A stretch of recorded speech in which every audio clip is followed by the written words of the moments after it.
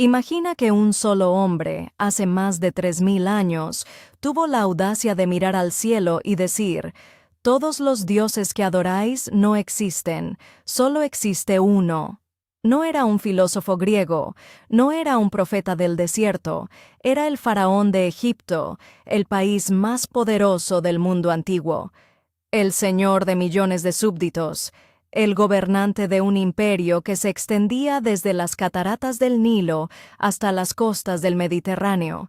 Y ese hombre tomó toda la maquinaria del estado más organizado de su época y la usó para destruir miles de años de tradición religiosa en cuestión de años. Cerró los templos, confiscó las riquezas de los sacerdotes, borró el nombre de los dioses de todas las piedras del país, fundó una ciudad nueva en medio del desierto y la declaró capital del mundo. Y cuando murió, sus sucesores respondieron con algo que nunca antes había ocurrido en la historia de Egipto. No solo revirtieron sus reformas, no solo reabrieron los templos, lo borraron a él y a todo lo que había tocado. Sus sucesores lo llamaron únicamente el criminal. Arrancaron su nombre de cada monumento, cada lista, cada registro oficial. Destruyeron su ciudad, rompieron sus estatuas, lo eliminaron de la historia con tal eficiencia que el mundo no supo de su existencia hasta el siglo XIX, cuando los arqueólogos desenterraron su ciudad bajo las arenas del desierto. ¿Quién fue este hombre que aterrorizó tanto a sus sucesores, incluso después de muerto? ¿Y qué tiene que ver con las religiones que hoy practican miles de millones de personas en todo el mundo? Bienvenidos a Imperio de los Faraones, el canal donde los misterios más profundos del antiguo Egipto salen a la luz. Si acabas de llegar, suscríbete ahora para no perderte ningún episodio. Y cuando termines de ver este video, cuéntanos en los comentarios lo que piensas. Tus comentarios son lo que guía este canal. Nos dicen qué temas os apasionan, qué preguntas quedan sin responder y en qué dirección seguir explorando. Tu opinión construye Imperio de los Faraones. Que disfrutes mucho el video. Hoy vamos a adentrarnos juntos en uno de los episodios más extraordinarios y más turbadores de toda la historia antigua. ¿Quién fue Akenatón y por qué su revolución religiosa sigue siendo debatida 3000 años después? ¿Por qué sus sucesores lo llamaron el criminal y borraron su nombre de la historia con una precisión casi obsesiva? ¿Qué relación existe entre su dios único, el disco solar Atón, y las grandes religiones monoteístas que hoy conocemos? ¿Por qué un niño de 9 años llamado Tutankamón fue obligado a traicionar la memoria de su padre para sobrevivir?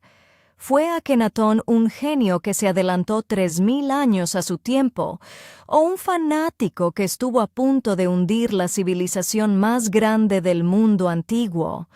Prepárate. Lo que vamos a contar hoy cambia la manera de entender el origen de las creencias que han moldeado la historia de la humanidad. Capítulo 1. El hombre que se atrevió a decir que todos los dioses estaban equivocados para entender la magnitud de lo que hizo Akenatón. Primero hay que entender el mundo en el que vivía. El Egipto del siglo XIV antes de nuestra era era el país más rico, más estable y más poderoso del planeta conocido. Su civilización llevaba más de 1500 años funcionando sin interrupción. Sus templos, sus dioses, sus rituales, todo había sido probado y refinado durante generaciones incontables.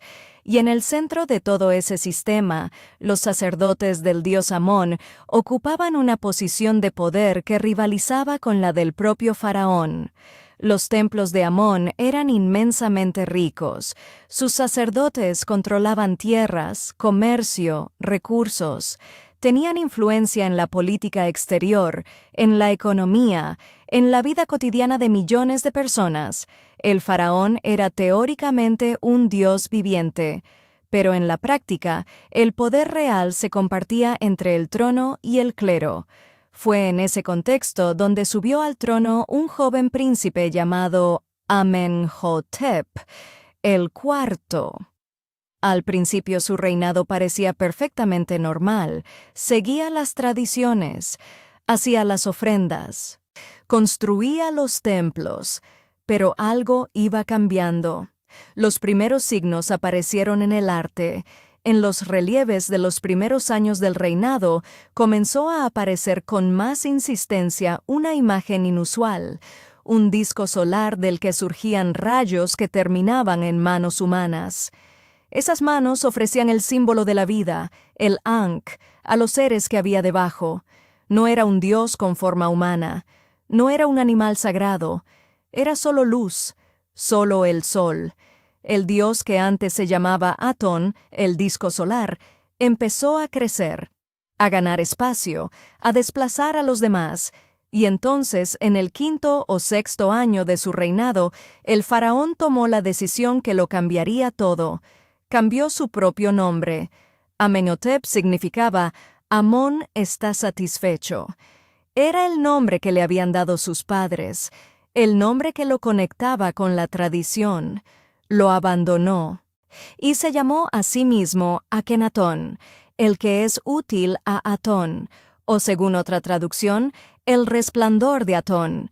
Ese cambio de nombre no fue un gesto poético, fue una declaración de guerra. Capítulo 2. La Revolución, cuando un faraón declaró ilegales a todos los dioses de Egipto. Pocas semanas después del cambio de nombre, Akenatón anunció algo que nadie en todo el mundo antiguo había hecho jamás. Proclamó que Atón era el único dios verdadero, no el dios principal, no el más poderoso, el único. Todos los demás dioses que Egipto había adorado durante más de 1500 años, Amón, Ra, Osiris, Isis, Horus, Tot, Anubis, todos los dioses del inmenso panteón egipcio fueron declarados falsos, sus cultos prohibidos, sus templos cerrados. Y no se quedó en una proclamación teológica. La maquinaria del Estado egipcio comenzó a ejecutar la orden con una eficiencia implacable. Por todo el país, equipos de trabajadores fueron enviados a los templos y monumentos con herramientas en las manos y una tarea muy específica: borrar el nombre de Amón de cada superficie donde apareciera. Cada columna, cada estatua, cada sarcófago, cada relieve. Y cuando los inspectores descubrieron que el nombre de Amón aparecía en los cartuchos de su propio padre, el gran Amenhotep III, el faraón más celebrado de la dinastía, no hicieron ninguna excepción. Lo borraron también. Akenatón estaba dispuesto a profanar la memoria de su padre por su Dios. ¿Qué fue entonces de los sacerdotes de Amón? Perdieron todo. Las tierras que controlaban sus templos fueron confiscadas por el Estado. En los ingresos que habían acumulado durante generaciones pasaron a las arcas del faraón. Sus funciones rituales quedaron sin sentido. Su poder político destruido de la noche a la mañana. Y en su lugar, Akenatón creó algo radicalmente nuevo. Una religión donde no había sacerdotes que mediaran entre el Dios y los fieles, porque en la nueva teología de Akenatón solo había un mediador posible entre Atón y la humanidad, el propio faraón. Akenatón se declaró el único hijo de Atón, el único ser capaz de conocer la voluntad del Dios y transmitirla al mundo. El pueblo no podía rezar a Atón directamente. Solo podía rezar a Akenatón y a su esposa Nefertiti, que ejercía también como figura sagrada. Era una concentración de poder espiritual y político sin precedentes en la historia de Egipto. Capítulo 3. Aketán, la ciudad del dios Sol, que nació y murió en una sola generación. Si la revolución religiosa era audaz, lo que vino después fue directamente espectacular. Akenatón no se contentó con reformar Egipto desde sus capitales tradicionales.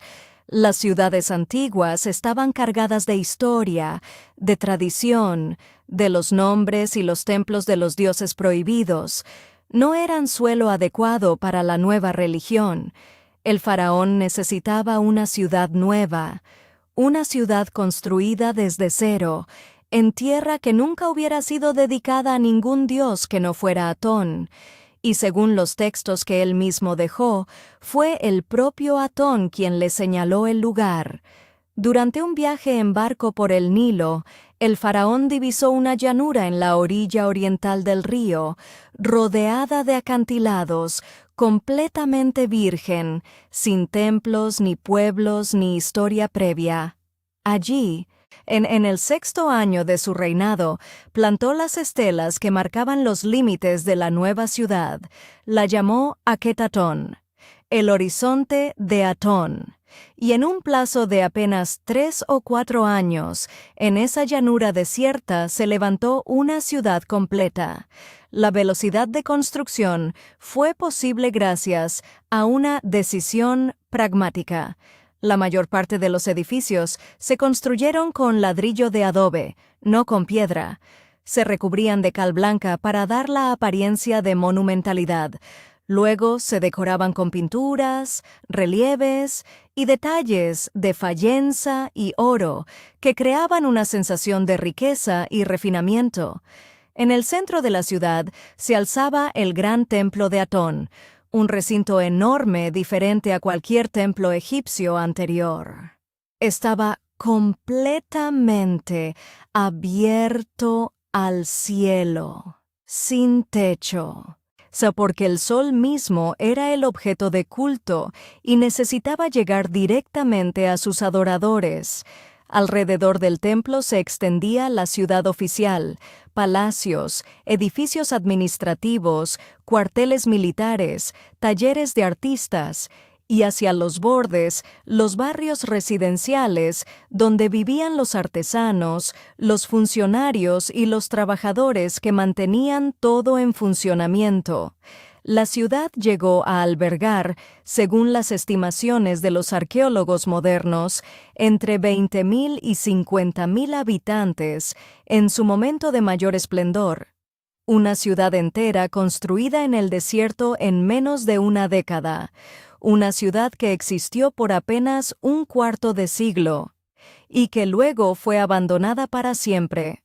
Pero antes de hablar del abandono, hay que hablar de algo que Akenatón hizo en Aketatón, algo que hoy, 3 milenios después, sigue generando debates apasionados entre los historiadores. Allí, en esa ciudad del sol, Akenatón dictó un himno, y ese himno cambió, posiblemente, la historia de la fe humana. Capítulo 4. El gran himno a Atón y el misterio que conecta a Akenatón con la Biblia. Detente un momento y piensa en esto. Existe un poema escrito en el siglo XIV antes de nuestra era, en el antiguo Egipto, que canta la gloria del único Dios creador del universo. Habla de cómo ese Dios da vida a todos los seres con su luz. Habla de cómo sin Él no existiría nada. Habla de cómo cuida de todas las criaturas, de los países extranjeros tanto como de Egipto. Y existe en la Biblia hebrea un salmo que canta casi exactamente las mismas ideas, con casi las mismas imágenes, en casi el mismo orden. El poema egipcio se llama El Gran Himno a Atón, atribuido al propio Akenatón. El salmo bíblico es el Salmo 104. Los investigadores llevan más de un siglo debatiendo esta semejanza. Las imágenes son demasiado específicas, demasiado paralelas para ser simple coincidencia. La luz que da vida a las criaturas al amanecer, la oscuridad de la noche como un mundo de amenaza, los animales que beben en los ríos, los barcos que navegan por el mar, el Dios que sustenta a cada ser vivo con su providencia. ¿Cómo es posible esta semejanza? Aquí es donde la historia se vuelve verdaderamente fascinante.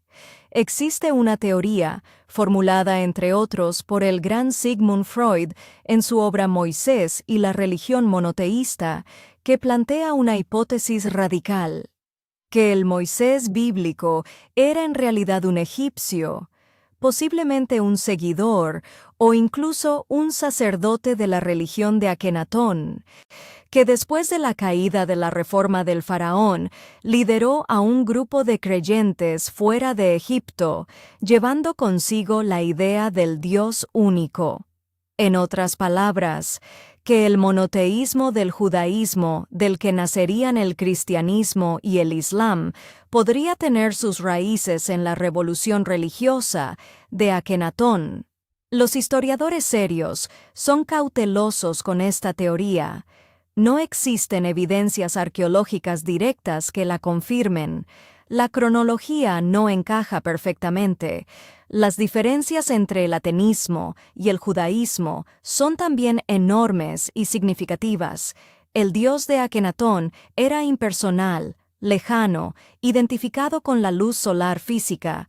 El dios del judaísmo es un dios que habla, que hace alianzas, que juzga, que se interesa por la conducta moral de los seres humanos. El ateísmo no tenía ética en el sentido que entendemos hoy. No había mandamientos morales, no había juicio después de la muerte. Akenatón había eliminado precisamente el culto de Osiris, que era la gran religión de la vida después de la muerte en Egipto. En su lugar puso un dios que era pura luz, pura energía creadora, sin dimensión moral ni trascendente. Y sin embargo, la semejanza entre el himno a Atón y el Salmo 104 sigue ahí, esperando una explicación que nadie ha podido dar todavía de manera completamente satisfactoria. El misterio permanece abierto. Cuéntanos en los comentarios, ¿crees que existe una conexión real entre la revolución de Akenatón y el nacimiento del monoteísmo? ¿O te parece una coincidencia fascinante, pero sin base sólida? Tus comentarios nos ayudan a elegir los próximos temas del canal y nos dicen qué cuestiones os generan más curiosidad. Capítulo 5. El enigma de su cuerpo. ¿Enfermedad real o código religioso? Hay algo más en la historia de Akenatón que ha intrigado a los historiadores durante siglos: sus imágenes. Si hay un faraón cuyo retrato resulta imposible de olvidar, ese es Akenatón.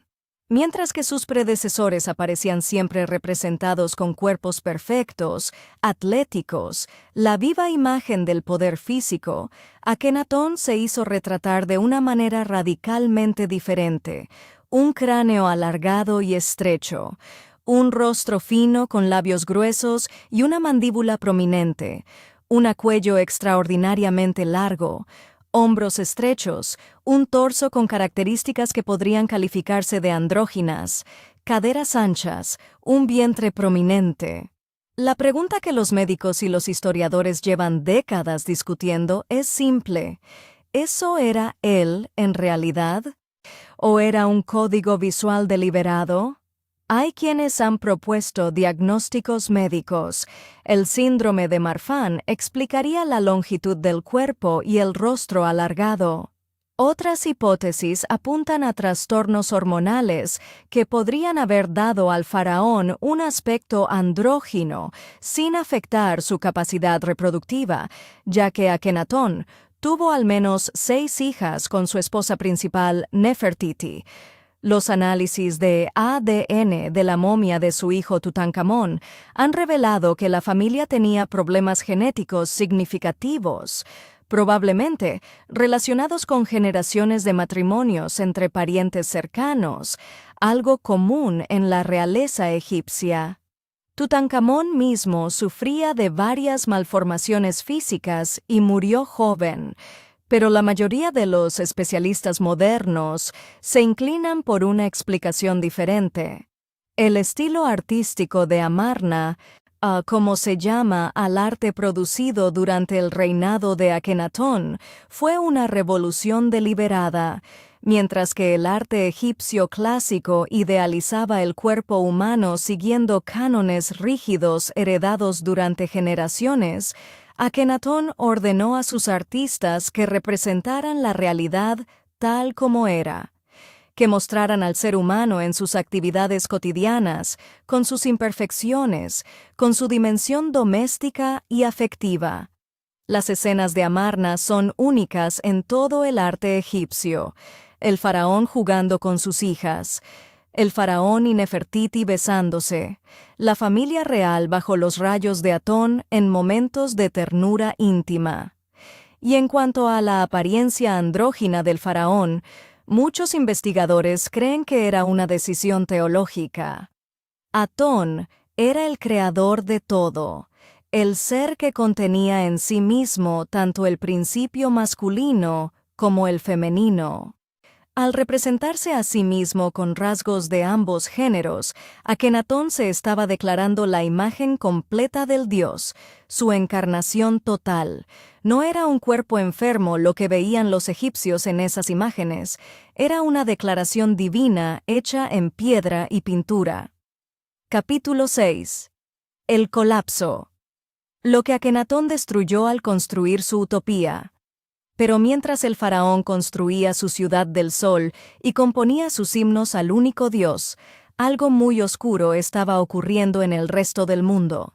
Porque Akenatón no gobernaba solo Egipto, gobernaba un imperio que se extendía por toda la región del Mediterráneo oriental, que incluía territorios en lo que hoy son Siria, Israel, Palestina, Líbano y Sudán. Ese imperio requería atención militar constante, diplomacia continua, presencia física en los territorios sometidos, y Akenatón, absorbido completamente por su revolución religiosa y por la construcción de su ciudad perfecta, dejó de prestar esa atención.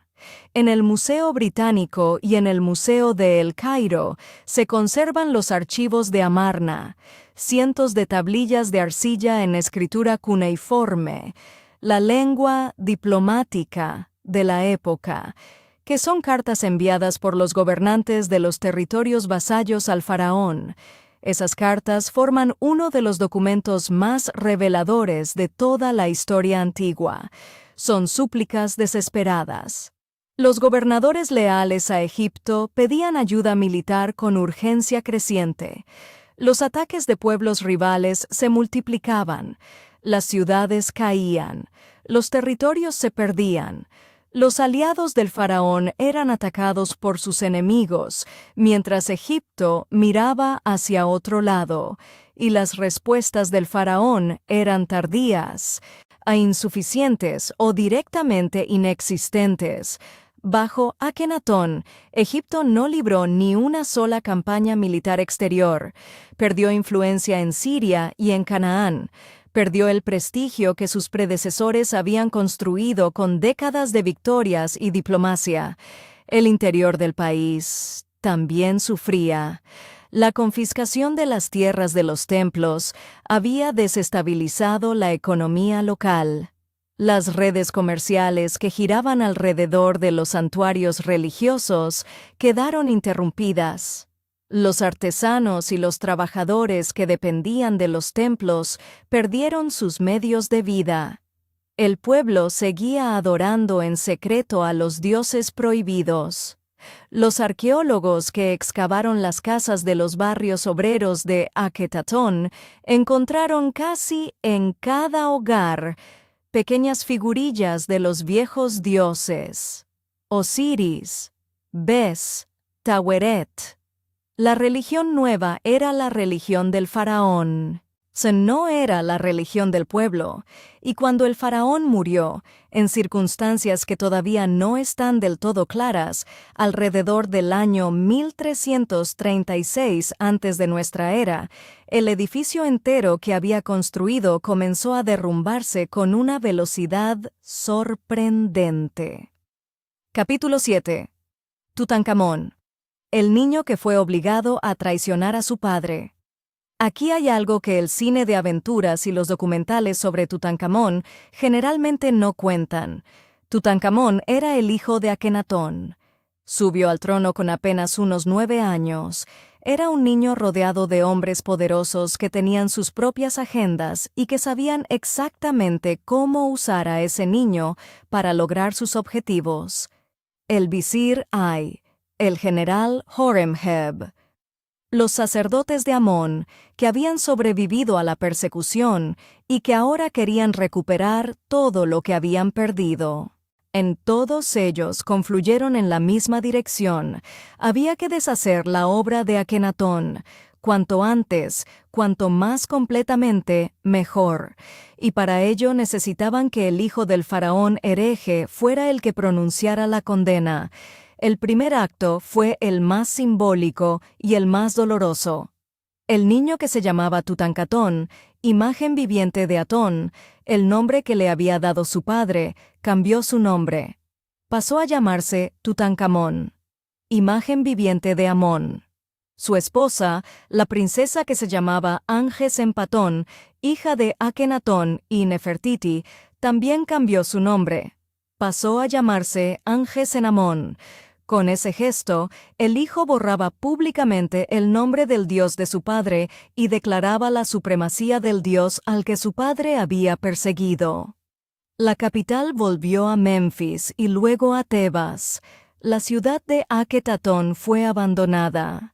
Sus habitantes la dejaron de manera ordenada, llevándose sus pertenencias, pero abandonando para siempre la ciudad que el faraón había construido como capital eterna de su religión nueva. Y Tutankamón mandó erigir lo que los historiadores llaman la Estela de la Restauración. En ese monumento oficial, el joven faraón describía el estado en que Akenatón había dejado Egipto. Los templos en ruinas, los dioses ignorados, los sacerdotes sin recursos, las plegarias sin respuesta, el país abandonado por los dioses a causa de las acciones del faraón hereje. Era la condena oficial en piedra. Pero la historia tiene una ironía terrible. Tutankamón, que había trabajado tan duramente para distanciarse de su padre, que había cambiado su nombre y condenado su legado, murió joven, a los 16 o 17 años, probablemente por complicaciones de las enfermedades genéticas que heredó de una familia de matrimonios entre parientes, y sus sucesores, los mismos que él había ayudado a restaurar al poder, lo incluyeron también en la maldición. Su nombre fue borrado de los registros oficiales junto con el de su padre. El hijo que traicionó al padre para sobrevivir fue condenado con el padre de todas formas. Cuéntanos en los comentarios, ¿sientes compasión por Tutankamón? ¿Crees que tuvo alguna opción real o fue simplemente una víctima de fuerzas que estaban completamente fuera de su control? Estas reflexiones nos ayudan a entender no solo el pasado, sino también algo muy profundo sobre el poder y sus mecanismos. Capítulo 8. La maldición de la memoria. ¿Por qué lo llamaron el criminal durante 1000 años después de la muerte de Tutankamón? El general Horemheb tomó el poder y fue Horemheb quien decidió que las medidas tomadas hasta entonces no eran suficientes. No bastaba con abandonar la ciudad de Aketatón, no bastaba con restaurar los cultos, no bastaba con cambiar los nombres, había que borrar a Akenatón de la historia con la mayor profundidad posible. Se organizó lo que en latín se llama damnatio memoriae, la condena de la memoria. Los equipos de trabajadores que décadas antes habían recorrido el país borrando el nombre de Amón, recibieron ahora la orden inversa, borrar el nombre de Akenatón. En cada monumento, en cada relieve, en cada lista oficial, el nombre del faraón hereje fue cincelado, raspado, eliminado. Sus estatuas fueron destruidas. Su cara fue borrada de los relieves. Su ciudad fue desmontada piedra a piedra, y esas piedras se reutilizaron como relleno en los cimientos de nuevas construcciones. Los bloques del gran templo de Atón en Aketatón fueron utilizados literalmente como relleno en los pilones del gran templo de Karnak, el corazón del culto de Amón. La historia oficial fue reescrita. Las listas de los faraones que se conservaban en los templos saltaban directamente de Amenhotep III a Horemheb, como si los 20 años del período de Amarna simplemente no hubieran existido. Y en los documentos administrativos de la época posterior, en los papiros que los escribas usaban para referirse al pasado, si alguien necesitaba mencionar a Akenatón por alguna razón, no escribía su nombre. Escribía el criminal, solo el criminal. Ese fue el título oficial de uno de los faraones más radicales y más creativos de la historia de Egipto durante los siguientes 1000 años, y su estrategia funcionó durante mucho tiempo.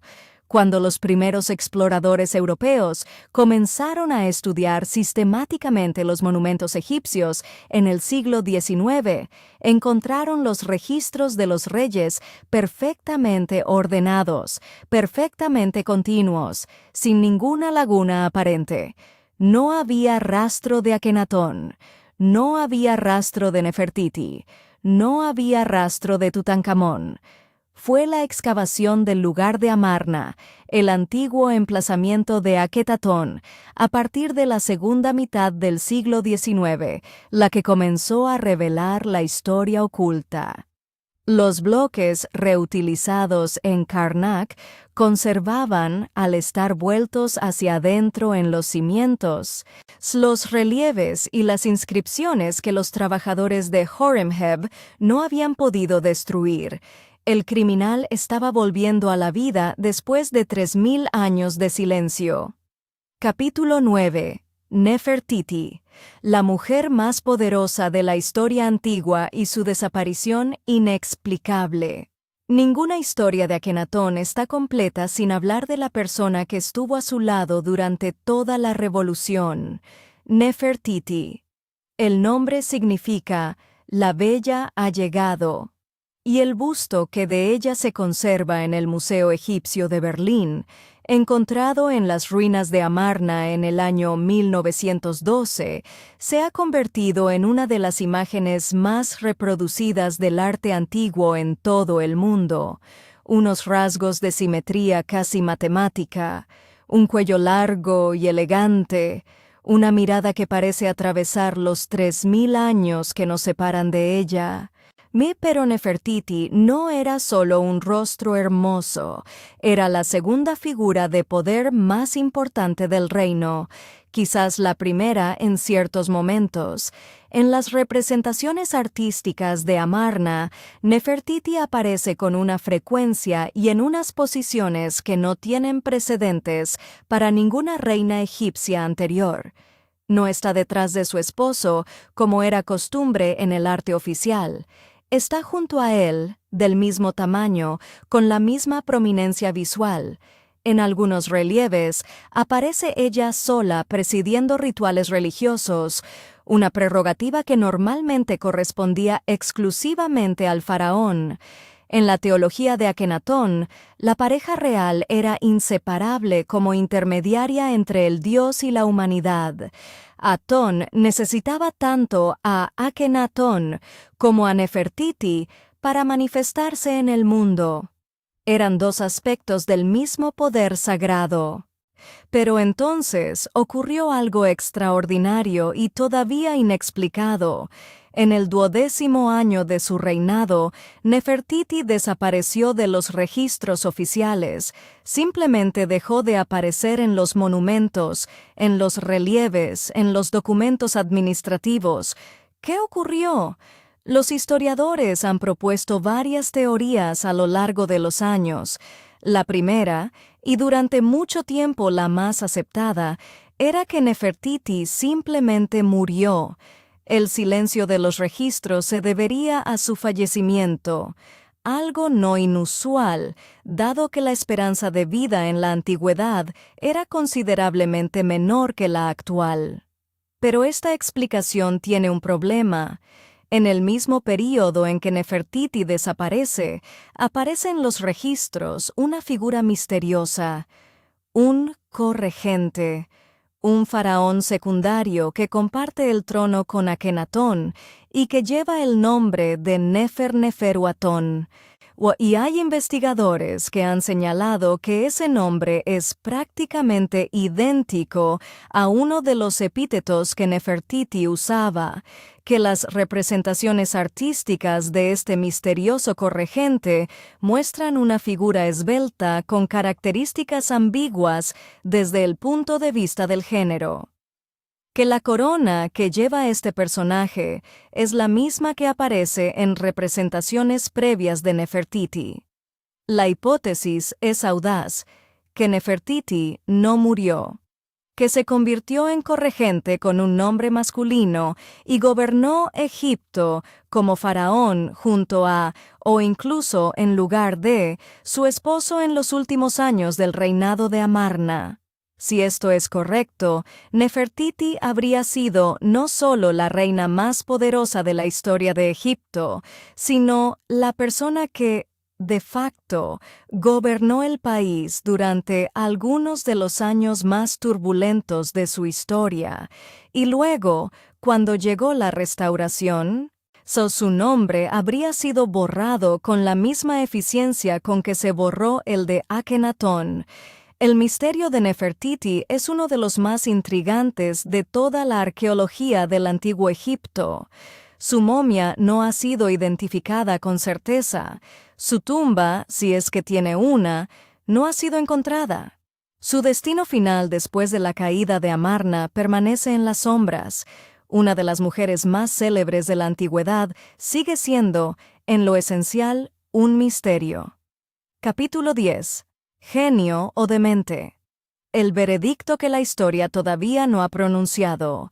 Así que, ¿quién fue realmente Akenatón? La pregunta sigue abierta, y probablemente lo seguirá estando. Para algunos historiadores, es la primera gran individualidad de la historia humana. El primer ser humano documentado que se atrevió a cuestionar el sistema de creencias que todos a su alrededor daban por absoluto e inmutable. El primer monarca que intentó construir un estado sobre la base de una idea teológica nueva. El autor de un himno que los estudiosos consideran una de las cumbres de la poesía del mundo antiguo. Para otros, es el ejemplo perfecto del fanático que pone sus convicciones por encima del bienestar de sus súbditos.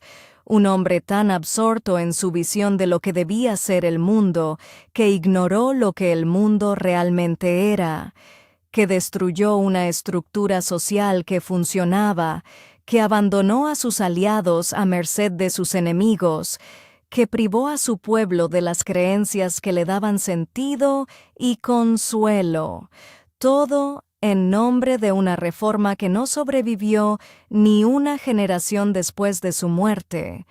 Y luego está la tercera lectura, la del calculador político. Hay historiadores que señalan que la reforma religiosa de Akenatón fue ante todo una operación de concentración de poder. Eliminar a los sacerdotes de Amón significaba eliminar al único grupo que podía desafiar la autoridad del faraón. Proclamarse el único mediador entre el Dios y la humanidad significaba convertir la fe misma en un instrumento de control absoluto. Bajo esta lectura, Akenatón no era un místico, era un estratega. Quizás era las tres cosas a la vez. Un visionario que veía algo real, algo que los pensadores posteriores desarrollarían durante milenios. Un fanático que no podía separar su visión de la realidad política en la que tenía que gobernar. Y un político que usó su visión para consolidar un poder sin precedentes. Lo que es indudable es su legado. Aunque su reforma fue destruida, aunque su nombre fue borrado, aunque su ciudad fue desmontada piedra a piedra, la idea que puso en marcha, la idea de que existe un solo Dios creador de todo lo que existe, continuó existiendo. ¿De qué manera continuó? ¿Por qué canales llegó a las tradiciones que la desarrollaron plenamente? Eso es lo que todavía no sabemos con certeza, pero la idea sobrevivió. Y hoy, miles de millones de personas en cada rincón del planeta rezan a un único Dios. Si Akenatón fue o no el origen de esa cadena, la historia todavía no lo ha resuelto. Pero la pregunta es demasiado grande para ignorarla. Y ahora queremos escucharte. ¿Qué piensas de Akenatón después de todo lo que has escuchado hoy? ¿Fue un genio incomprendido o un reformador que llevó demasiado lejos sus convicciones? ¿Crees que existe una conexión real entre su dios Atón y el monoteísmo que hoy conocemos? Déjanos tu comentario ahora mismo.